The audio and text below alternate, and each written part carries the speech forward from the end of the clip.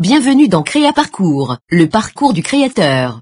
Dans cette simulation offerte par Inaudit, votre conseiller virtuel vous donnera des informations indispensables pour vous aider à créer votre entreprise. De l'idée aux formalités de création, en passant par l'étude de marché et le prévisionnel, vous aurez la possibilité de parcourir les grandes étapes de la création d'entreprise. Si votre projet comporte des questions spécifiques, nous vous invitons à acheter la version intégrale à la fin de cette simulation, puis à prendre contact avec l'un de nos conseillers Inaudit. Bonjour, je suis Azumi, conseillère en création d'entreprise. Suivez-moi, nous allons nous installer dans mon bureau. Très bien, je vous suis. Asseyez-vous, je vous en prie. Vous souhaitez créer votre entreprise, c'est bien ça? Oui, tout à fait. Connaissez-vous les différentes étapes du parcours du créateur? Non, je ne les connais pas. Ne vous inquiétez pas, nous allons les voir ensemble. Très bien, je vous écoute. Tout d'abord, vous devez savoir que créer une entreprise n'est pas simple. Cela demande de la préparation. Chef d'entreprise est un métier qui s'apprend. De quelles compétences ai-je besoin pour devenir chef d'entreprise? Eh bien, un chef d'entreprise est à la fois un commercial, un gestionnaire et un manager. Il doit savoir déléguer pour anticiper et gérer les difficultés. Je vois, cela ne sera pas facile. Tout à fait, mais rassurez-vous, je suis là pour vous guider. Avant toute chose, je vous propose que nous fassions le point ensemble. D'accord. Quel thème souhaitez-vous aborder pour commencer? Je n'ai pas d'idée précise sur ce que je souhaite créer comme entreprise.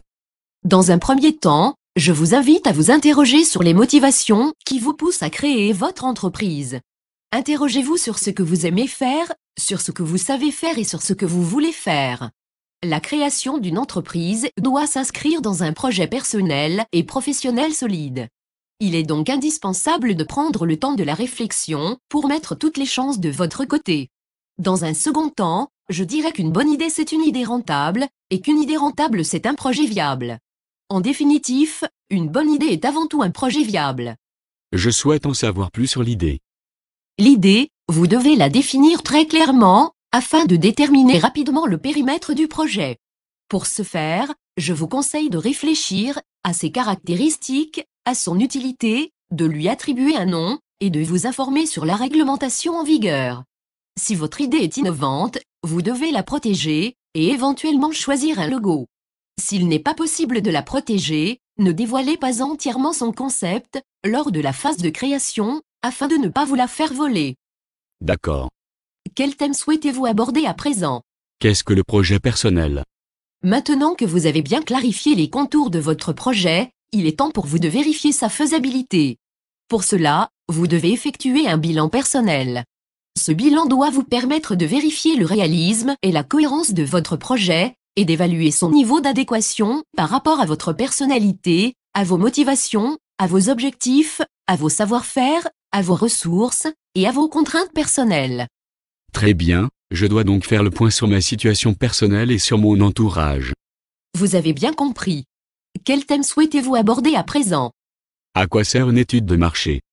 L'intérêt d'une étude de marché est de définir avec précision la clientèle ciblée et sa localisation pour mieux appréhender ses comportements et ses modes de consommation. C'est également un outil qui vous permettra d'analyser le secteur envisagé et de vous positionner face à vos concurrents. À l'issue de cette étude, vous devez être en mesure d'adapter votre offre en fonction des éléments que vous avez recueillis.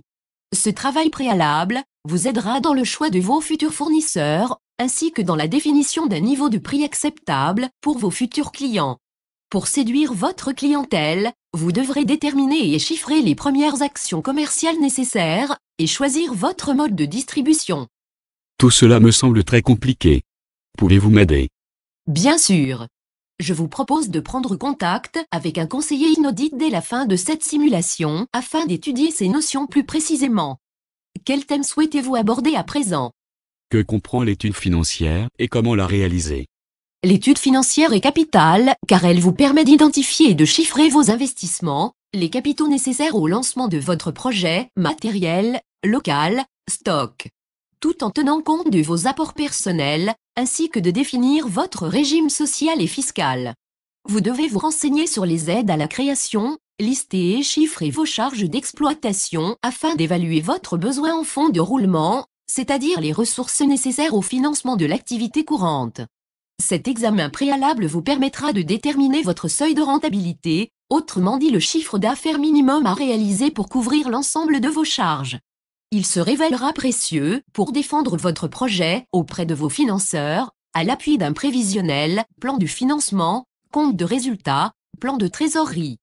Comment faire si je ne suis pas comptable? Je n'y connais pas grand-chose dans ce domaine. Je vous comprends. Je vous propose de prendre contact avec un conseiller inaudit dès la fin de cette simulation afin d'étudier ces notions plus précisément.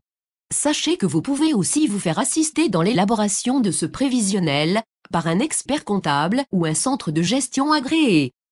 Quel thème souhaitez-vous aborder à présent? Comment choisir mon statut juridique?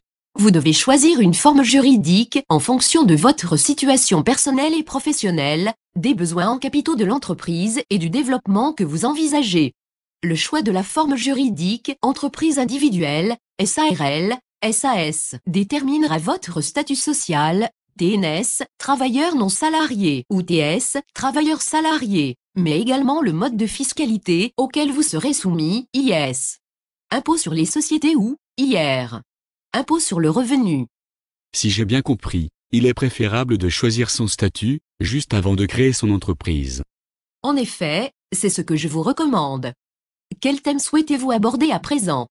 Quelles sont les formalités administratives préalables au lancement de mon projet? Vous devez rédiger les statuts et les faire enregistrer auprès du service des impôts des entreprises si vous optez pour une société et vous rapprocher du centre de formalité des entreprises pour déposer une demande d'immatriculation et publier au journal d'annonces légales la création de votre société. Vous devez également souscrire à une ou plusieurs assurances professionnelles, ouvrir une boîte postale et un compte bancaire professionnel ainsi qu'une ligne téléphonique, portable et ou fixe. Dois-je faire appel à un expert pour rédiger les statuts? Effectivement, je vous recommande vivement de recourir à un juriste afin de bien les rédiger et de ne rien omettre. N'hésitez pas à vous rendre sur notre site internet, inaudit.com. Vous y trouverez toutes les informations complémentaires pour créer votre entreprise, ainsi que des solutions efficaces et innovantes pour vous faire gagner du temps et de l'argent. Une fois que vous aurez fait le point sur votre situation, renseignez le questionnaire en ligne. Un conseiller se chargera de prendre contact avec vous et vous guidera en fonction des spécificités de votre projet. À bientôt sur inaudit.com.